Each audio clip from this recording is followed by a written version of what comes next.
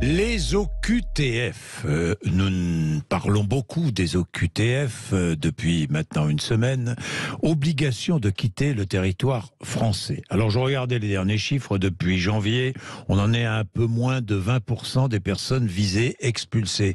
Les personnes visées, ce sont des personnes délinquantes qui sont étrangères et qui doivent rentrer. C'est la loi. Ils doivent rentrer dans leur pays d'origine. Oui, enfin, elles doivent rentrer, oui.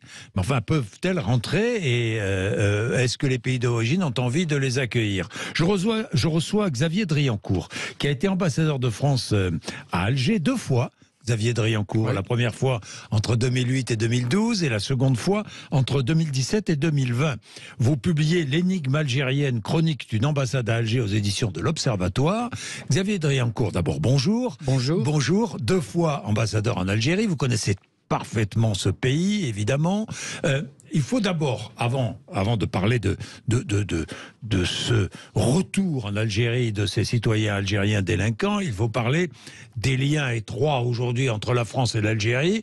Il y a à peu près 5 millions d'Algériens ou d'origine de Français d'origine algérienne sur notre pays, sur notre territoire. Oui, vous avez dit, je connais bien l'Algérie, c'est exact, et j'aime beaucoup l'Algérie. Et vous aimez l'Algérie. Parce que c'est un pays très proche, et effectivement, en France, nous avons environ 10%, c'est ce qu'on dit, 10% de la population française qui a un lien avec l'Algérie. C'est-à-dire là-dedans, vous comptez les pieds noirs, les harkis, ce qu'on a appelé les pieds rouges, les coopérants. Oui. Vous comptez aussi le 1,5 million de militaires français qui ont fait la guerre. Et puis tous ceux qui sont algériens ou franco-algériens ou d'origine algérienne. Les migrants ou ceux qui sont français d'origine algérienne. Donc ça fait à peu près 7 millions de personnes. Donc c'est le seul pays avec lequel on a une relation aussi étroite. Ce qui peut-être explique les difficultés que nous avons à renvoyer en Algérie les citoyens algériens délinquants.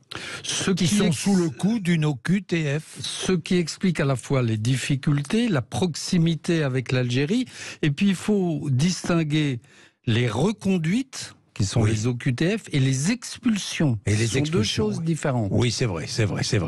Alors, est-ce que l'Algérie, disons clairement les choses, mais l'Algérie n'est pas la seule, beaucoup de pays ont du mal à reprendre leurs ressortissants. Xavier Driancourt. Oui. Pourquoi? Je crois qu'il faut regarder d'abord les faits. Oui. Les faits, c'est que le phénomène migratoire, c'est pas d'abord un phénomène nouveau. Regardez l'Irlande au 19e siècle qui a exporté des millions d'Irlandais aux États-Unis. C'est pas un phénomène nouveau. Mais aujourd'hui, c'est un phénomène qui est le défi majeur du 21e siècle. Avec le climat sans doute, parce que ça concerne des populations comme les pays du Sahel, les pays du Maghreb, dont l'Algérie.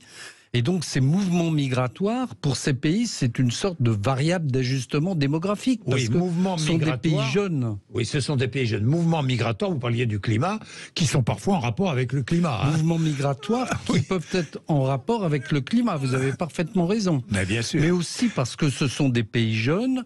La jeunesse représente 70-75% de la population. Il n'y a pas d'emploi pour ces jeunes. C'est une jeunesse un peu turbulente, dirons-nous. Et pour ces pays, voilà, les reprendre, c'est difficile. Alors c'est difficile pour la France parce que vous avez évoqué toutes les difficultés que vous connaissez, les CRA, les centres de rétention, etc., la jurisprudence, les recours. Mais c'est difficile aussi pour l'Algérie parce qu'on ne parle pas de centaines de personnes, on parle de milliers de personnes. Oui. Et donc, ramener ces gens-là en Algérie, entre 2 gendarmes, c'est une population. Qu'en faire? C'est une population compliquée. Qu'en faire? Doivent se dire les autorités. Le droit est avec nous, évidemment, et on doit les reconduire en Algérie. Et ce qu'il faut attendre de l'Algérie, c'est un engagement à coopérer avec nous et à ce qu'il faut obtenir des laissez-passer consulaires. Voilà. Il y a toute une partie en amont qui concerne la chaîne administrative française, qui est de notre ressort, mais il y a une partie sur notre territoire qui concerne l'Algérie, qui doit délivrer des OQTF. Des laissez-passer consulaires. Des laissez-passer consulaires. Alors il faut que les autorités consulaires algériennes disent Monsieur Untel, oui, il est bien algérien parce qu'il a l'accent de Gardaïa ou de Constantine, où on sait qu'il a été... Mais quelles sont les raisons pour lesquelles l'Algérie refuse de reprendre ses citoyens? D'abord, ça fait beaucoup de monde. Je vous disais, on ne parle pas de centaines de personnes, on parle beaucoup de milliers de personnes. On ne sait pas qu'en faire. On ne sait pas qu'en faire. C'est une population, je dis turbulente, mais enfin une population d'abord qui a pris goût à la vie en France et qui est turbulente aux yeux des autorités algériennes. Bah oui. C'est ce que vous voulez dire. Oui. Parce que elle a turbulente, c'est-à-dire c'est-à-dire, elle a pris goût à la vie en France. Les mœurs, le comportement. Parce que j'ai entendu l'argument de la part des Algériens, comme quoi ce sont des gens qu'on a un peu pas contaminés, mais voilà. Pervertis, disons carrément les choses. C'est un peu fort, mais enfin, qui sont le résultat de l'environnement français et qu'ils seront difficilement réadaptables en Algérie. Donc voilà, je dis pas qu'ils auront une certaine soif de la liberté. Quand vous avez passé 1, 2 ou 3 ans à Montpellier, à Marseille ou à Paris, vous n'avez pas forcément envie de retourner à Béchar, à Biskra ou à Adrar. Je suis désolé, mais c'est un peu ça la réalité. Donc c'est une population qu'il est difficile de réadapter en Algérie, où encore une fois, il n'y a pas forcément d'emploi pour ces gens-là. Il y a une société très conservatrice, très religieuse. Donc il y a une offre et une demande, si je peux caricaturer. Il y a une offre, il y a une offre et une demande. Et puis, il faut parler évidemment de ces accords du 27 décembre 1968. Alors, ce sont des accords qui ne portent pas sur la sortie du territoire, mais qui portent sur l'entrée des Algériens sur le territoire français. Ce sont des accords qui sont dérogatoires par rapport aux États Schengen et dérogatoires également par rapport au Maroc et à la Tunisie. Pourquoi ?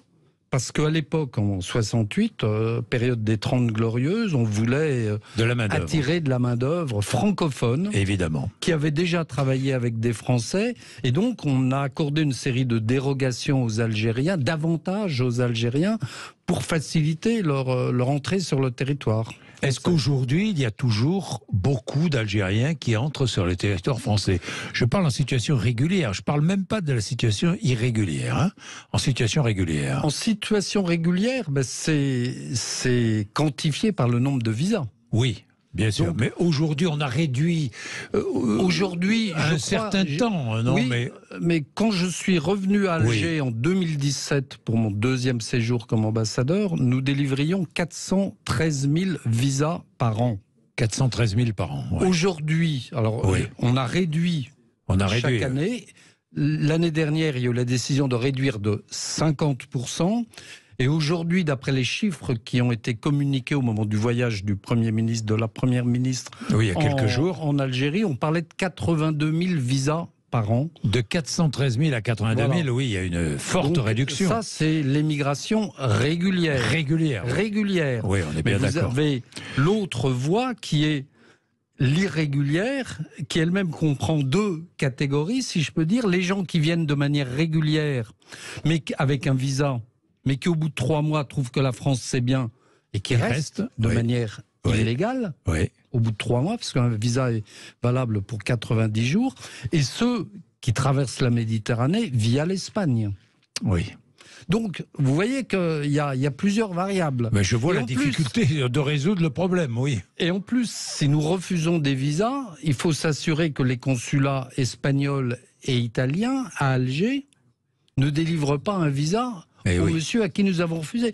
Donc vous voyez la complexité des problèmes. J'imagine quand on est ambassadeur de France, on traite ça à Alger.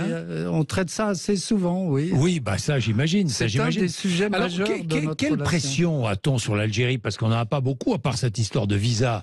On n'en a pas beaucoup, parce qu'on a besoin du gaz algérien.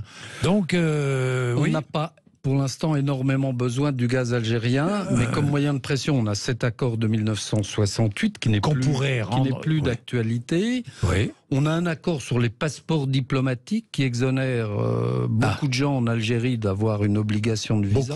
Beaucoup, ça représente quoi? On délivre un passeport diplomatique que aux diplomates. Dans beaucoup de pays, on délivre plus largement les passeports diplomatiques aux militaires, à beaucoup de gens, des parlementaires, que sais-je encore. Donc, il y a les inscriptions au lycée français, il y a des tas de petits, il y a toute une gamme de mesures, et puis on pourrait ne pas accorder l'ouverture de nouveaux consulats algériens. J'ai lu que il y a 2 semaines à Alger, les 2 premiers ministres se sont mis d'accord pour ouvrir 2 nouveaux consulats. En France.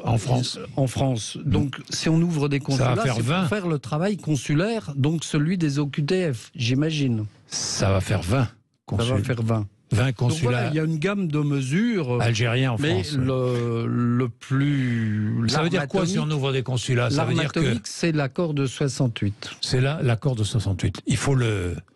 si on décidait de l'abroger, de le dénoncer, oui, d'y mettre fin, et en tout cas de menacer les Algériens d'y mettre fin, donc de le renégocier. Oui.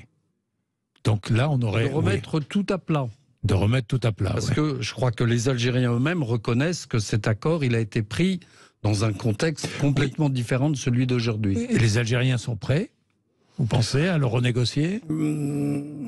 Je ne suis plus ambassadeur à Alger. En tout cas, ils n'étaient pas prêts quand j'y étais, parce qu'ils considèrent que c'est... Mais comment regardent-ils d'ailleurs ces questions de... Ça ne les concerne... C'est extrêmement sensible. Et j'avais dit un jour dans une conférence de presse ce que je vous dis là.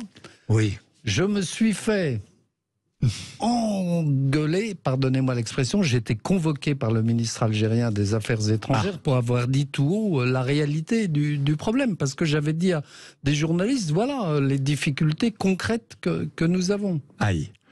Donc, et là, ça n'a pas plu à l'État. C'est un sujet extrêmement sensible. Un sujet extrêmement sensible.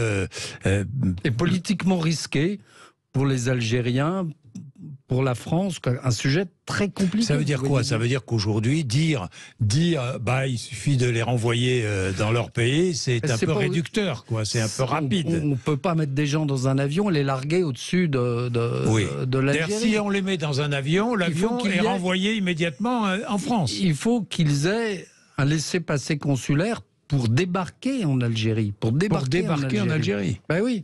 Donc c'est ça la difficulté. Donc on n'est pas prêt de régler les OQTF, dites-moi. Sauf à... Oui, sauf à... Parce que je vous dis, là, c'est-à-dire se mettre autour d'une table et dire voilà nos problèmes et voilà les moyens de pression que nous pouvons avoir. Merci Xavier Driancourt, merci, passionnant. Ambassadeur de France à Alger, auteur de L'énigme algérienne, chronique d'une ambassade à Alger aux éditions de l'Observatoire. Merci d'être venu nous voir ce matin sur l'antenne de Sud Radio.